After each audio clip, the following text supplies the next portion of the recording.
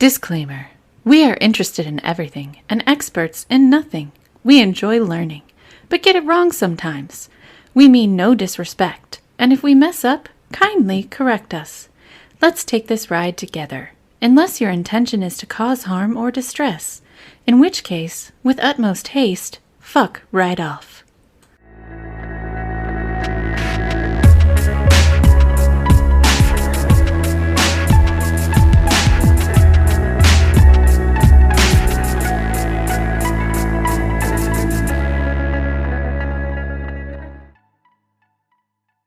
Okay, episode 17. Woohoo! My episode. And I'm stepping way outside my comfort zone on this one. Oh, this is gonna be fun. It's gonna be real fun. Also, it's very long, but we'll see how long it takes me to actually go through the information. Okay. But my document, pictures included, and references, is 8 pages long. That is a long. It's long, but a lot of that is because I had to make notes for myself because I didn't understand something, or it was the first time I'd heard of something and I over-explained so that I wouldn't forget. So hopefully this doesn't take so long. All right, so well, we're going to talk about the Centralia Mine Fire. Oh, okay. Yeah. And we're actually going to start. I'm going to paint a picture for you. Okay. I'm going to guess Bernie Deathman. Valentine's Day. That is not where I thought you were going to go. I No. got to be honest. Yeah. Valentine's Day, 1981. There is a 12-year-old boy named Todd Domboski. Okay. Domboski. Boski. That is my best attempt. I hope I'm not butchering it. Sounds Polish. Yeah, probably. Uh-huh. So he's minding his own business Being 12. Being 12 in his backyard of a Pennsylvania mining town named Centralia. When suddenly the ground beneath him literally tries to swallow him up. Oh dear God. A 150-foot sinkhole known as a subsidence. Oh my God. Suddenly opened up beneath him. Did he think that like the devil was coming for him? Like, Jesus, I don't know what I would do. It's terrifying, right? Well, luckily a family member was nearby and was able to save him from an untimely demise. But Through the question, Hellmouth? right? That's a literal Hellmouth. Buffy fans unite.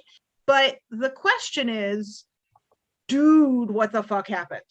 Absolutely. I mean, that'd be my first question, right? Yeah. Well, the most likely answer is almost as unexpected as the sinkhole.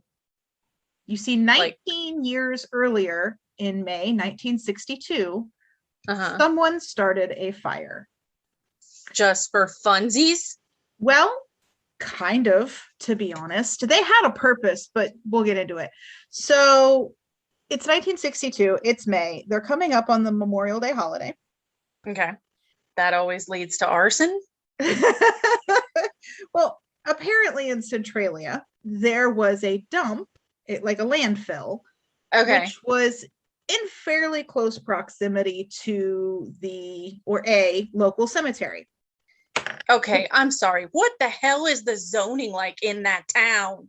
You know what? We'll just plant our dead people here, and then right next to that, we'll start planting garbage, and that's no way going to be problematic ever. You plant them?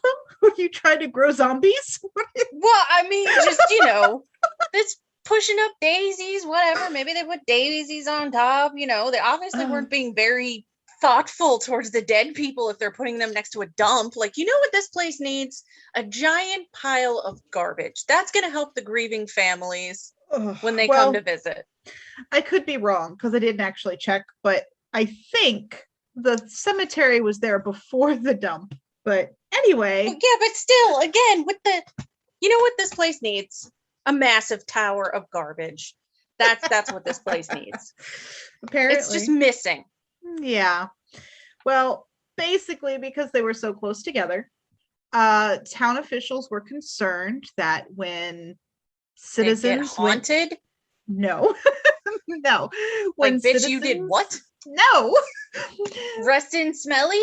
I have problems with this. I can tell you have many objections. I have so many objections.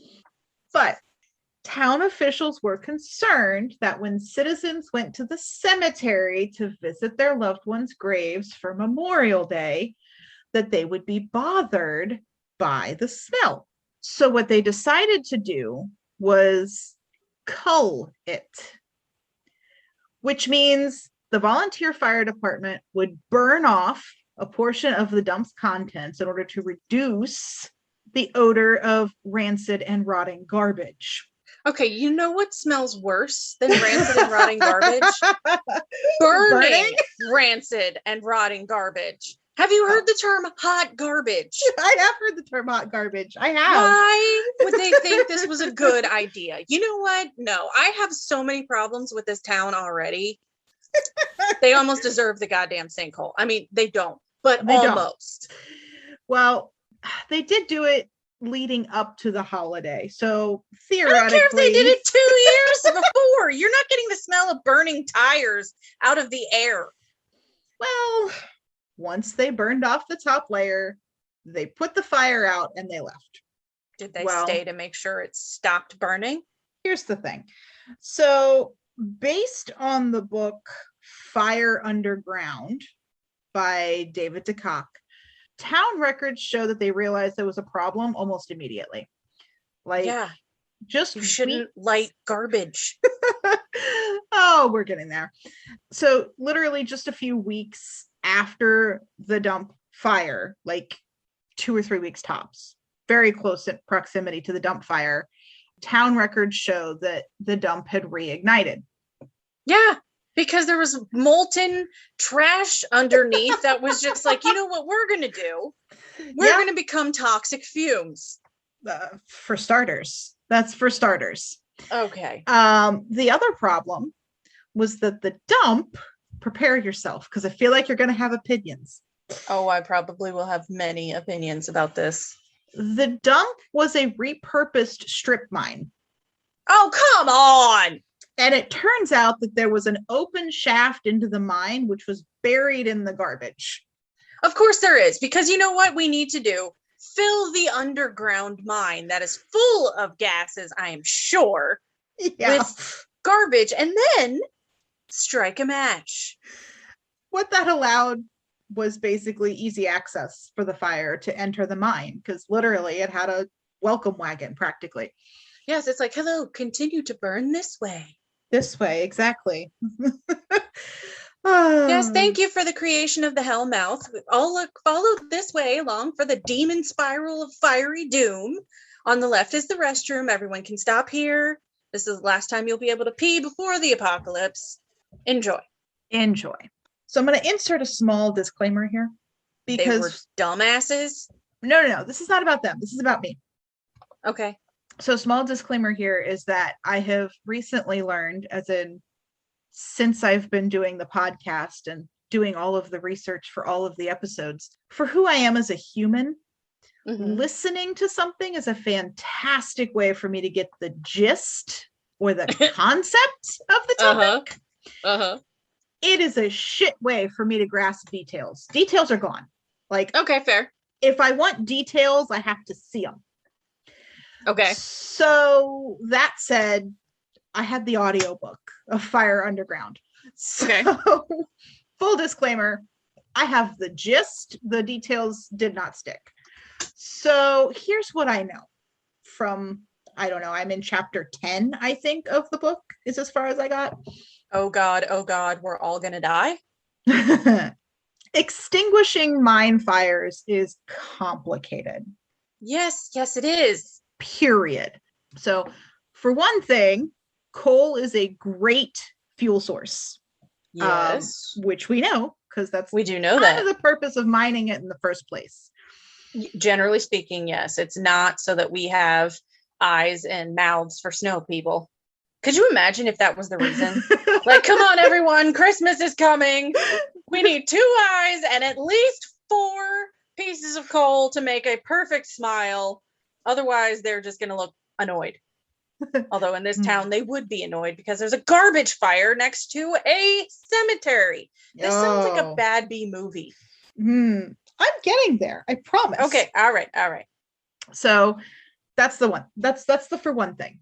Also, mine shafts provide plenty of oxygen to the fire. Oh yeah. Yeah, that fuel ain't fucking stopping. Yeah. They're hard to access because they're underground. And yeah, you've got these tunnels that go to them, but they're putting off toxic gases like carbon monoxide and sulfur gases while they burn. Yeah. So you can't really use the mine shafts to get to it to fight it. You cannot. Also, they burn hot as fuck. Well, yes, they do. And one of the things that they mentioned in the book was that there were instances of mines being flooded in order to extinguish the fires, which actually worked until they took the water back out. And then just by the sheer heat, they reignited themselves. Like, didn't they just leave the water down there? I don't know. I don't know. Did they think the water was going to catch on fire? or I have no idea. Boil away. I really don't know. I don't think it was mentioned. It was definitely just an aside in the book, but it made an impression on me. So anyway, so they're hard as shit to deal with under the best circumstances. And clearly this was not the best circumstance. It was not the best circumstances. So this fire did have a number of additional extenuating circumstances. So for one thing, also the demon ring that someone had made in the fire at the dump using old Coca-Cola bottles and gum. Who knows? What I do know is that at one point in the town's history, and this cannot be uncommon, there was a period of economic hardship at some point in the town's history. I mean, right? Duh. That's kind of a given. History, right? That's just history in general. But during that time, there was a lot of bootlegging that went on. Oh, great. So there's ethanol down there? No, not that kind of bootlegging. No, like unauthorized mining. Oh, yeah. Okay. Which resulted in a lot of uncharted and undocumented shafts leading into the area. Okay. So, right. All right. Even if you wanted to seal up all the entrances to the mine, you couldn't, because it's not possible to even know where they all are. Oh, God. Yeah. Who's coal mining for funsies? Well, again, gist, not details. But the answer is actual coal miners who were put out of work when... Just said, fuck you, I'm going to work anyway? How they get paid? By selling their coal directly. So when the coal mining company shut down, they just said, fuck it, we'll do it ourselves. Because like, what are you going to do? Fire me? I'm going to keep showing up anyways. God damn it. Put them on the payroll. Call Susan in HR. It's happened again.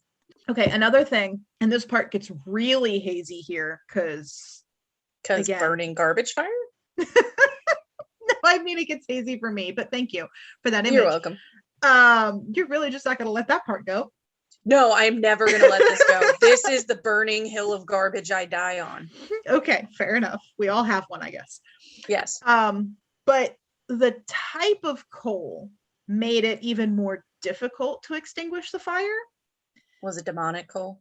No, but I'm going to try. But okay. I'm not going to pretend at all to fully grasp this. But basically... What, you're not a geologist in your spare time?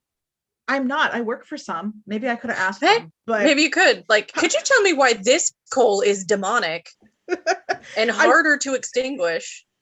I work for a geologist in my spare time. No big deal. It's fine. It's fine. It's not wrong, though. But no, basically, there's bituminous coal. And those coal fires are easier to extinguish than anthracite coal fires, which is what was going on here. And it has something to do with the way the coal is distributed in the terrain. Okay. So if I understood correctly, basically bituminous coal is laid out in like a more predictable pattern in the ground. and tends to be more like level.